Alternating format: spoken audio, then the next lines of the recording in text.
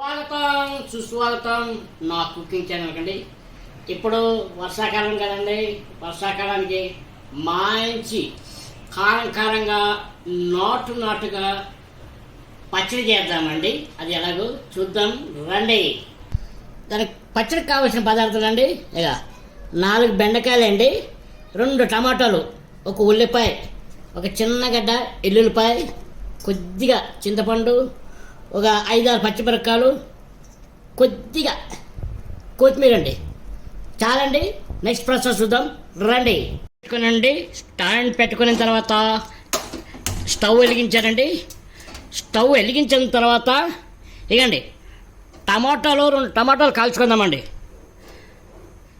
ఇప్పటికే మీకు అర్థమైపోయింది నేను ఏం పచ్చడి చేయబోతున్నాను.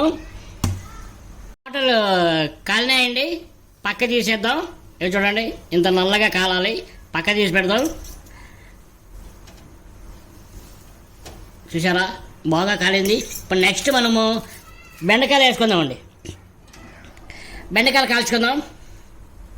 అలా ఒక్కొక్కటి ఇలాగా సైడ్ పెట్టేసి తిప్పుతూ అన్ని వైపులా కాలాలండి.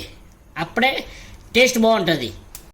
బెండకాయలు కూడా కాలినాయండి. ఇక్కడ బాగా కాల్చినామా బెండకాయలు. నెక్స్ట్ తీసేసి మనం పచ్చిమిరపకాయలు వేసుకుందామండి. పచ్చిమిరపకాయలు కాల్చుకుందామండి. ఇప్పుడు నేను ఇక్కడ ఒక 6-7 పచ్చిమిరపకాయలు ఎక్కువ తీసుకున్నాను, ఎందుకంటే మనకి వర్షాకాలం కదండి, కొద్ది ఘాటుగా కారంగా ఉండాలని ఇన్ని పచ్చిమిరపకాయలు వేస్తున్నాను. మీరు కావాలంటే తగ్గించుకోవచ్చు, మీ కారానికి తగ్గట్టు మీరు తగ్గించుకోవచ్చు. చూడండి, చిట్టపట్ట అంటుంది. చిట్టపట్ట చిన్నకొళ్ళు పడుతూ ఉంటే తొలిసారి అనేసి పచ్చిమిరపకాయలు కూడా బాగా చిట్పట్ అంటున్నాయి. పచ్చిమిరపకాయలు కూడా కాలిపోయినాయండి, బాగా కాలినాయి. దీన్ని పక్కకి తీసి పెట్టుకుందాం. నెక్స్ట్ మనం ఉల్లిపాయ కాల్చుకుందామండి. ఉల్లిపాయ చూడండి, ఓకే, ఇలా కాల్చుకుందామండి. ఉల్లిపాయ కూడా బాగా అయిపోయిందండి. ఇప్పుడు స్టవ్ బంద్ చేసి కొద్దిగా చల్లారనిద్దాం. పచ్చిమిరపకాయలు కాల్చుకున్నాం, బెండకాయలు కాల్చుకున్నాం. ఇలా కాల్చుకోవాలండి. కడిగినాను శుభ్రంగా, కాల్చిన శుభ్రంగా కడిగేసినాం. ఇక టమాటా కాల్చుకొని శుభ్రంగా కడుక్కున్నాం, ఉల్లిపాయ కడుక్కున్నాం. తర్వాత నెక్స్ట్ దీన్ని బాగా నలుపుకుందామండి. అండి మట్టి మూకటి అండి. దీంట్లో వేసి నలిపినాం అనుకోండి, చేత్తోన సూపర్గా ఉంటుంది. చేత్తోన నలుపుకోవచ్చు, లేకపోతే పప్పు గిత్తి దీంతో నలపచ్చండి. ఇప్పుడు మనము నలుపుదామండి. పచ్చిమిరపకాయలు వేసుకుందాం ఫస్ట్. తర్వాత నెక్స్ట్ ఉప్పు వేసుకుందామండి. తక్కువ పడితే వేసుకోవచ్చు.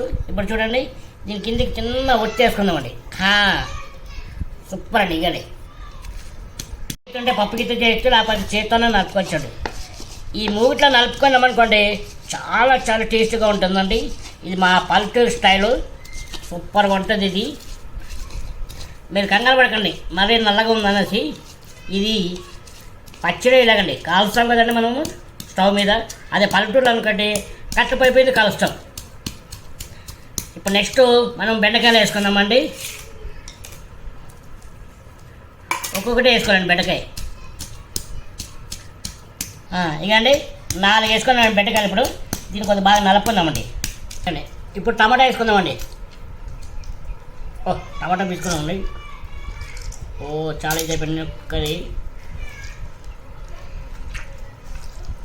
ఇంకోటి టమాటా ఉందండి, అది కూడా వేసుకుందాం. వేసుకుందామండి. ఇది కచ్చా పచ్చిగా ఎల్లుల్లిపాయ దంచుకుందాం. మరి నున్నగా కాకుండా కచ్చా పచ్చిగా ఉండాలా. ఇక ఇలాగ ఉండాలా. అప్పుడు దీనికి టేస్టు వేరే లెవెల్గా ఉంటుంది. ఇది ఇలాగా నలగాలి అంతే. ఇది ఇప్పుడు మనం ఒకసారి తిప్పుకుందాం. చింతపండు వేసుకుందాం. చింతపండు కూడా కొద్దిగా బాగా నున్నగా నలగొట్టుకుందామండి.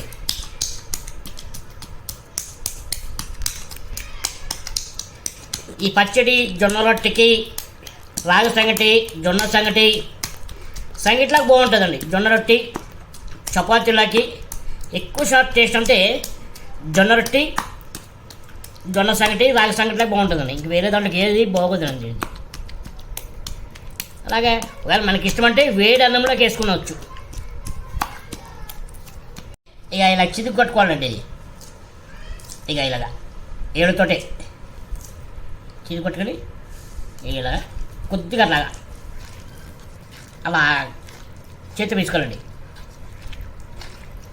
సూపర్గా ఉంటుందండి. ఎందుకంటే మనకి పంట కింద ఉల్లిపాయ తగులుతుంది కదా, ఆ టేస్ట్ వస్తుంది. కాల్చిన టేస్టు బ్రహ్మాండంగా ఉంటుంది. మీరు కూడా ఇలాగ ఒక్కసారి ట్రై చేసి ఎలాగుందో నా కామెంట్ సెక్షన్లో కామెంట్ చేయండి. మనం కొత్తిమీర వేసుకుందామండి. కొత్తిమీర వేసుకున్న తర్వాత ఇది కొద్దిగా నలగాలండి. నలగొట్టుకున్నాం.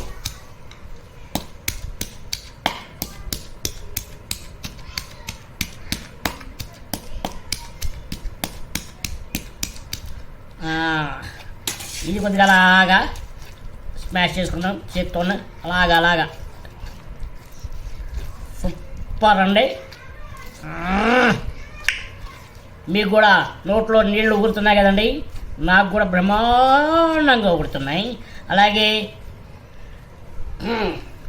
ఇకండి అలాగే నా ఛానల్ని లైక్ చేసి షేర్ చేసి సబ్స్క్రైబ్ చేసుకోండి. అలాగే బెల్ ఐకాన్ కొట్టండి. బాయ్.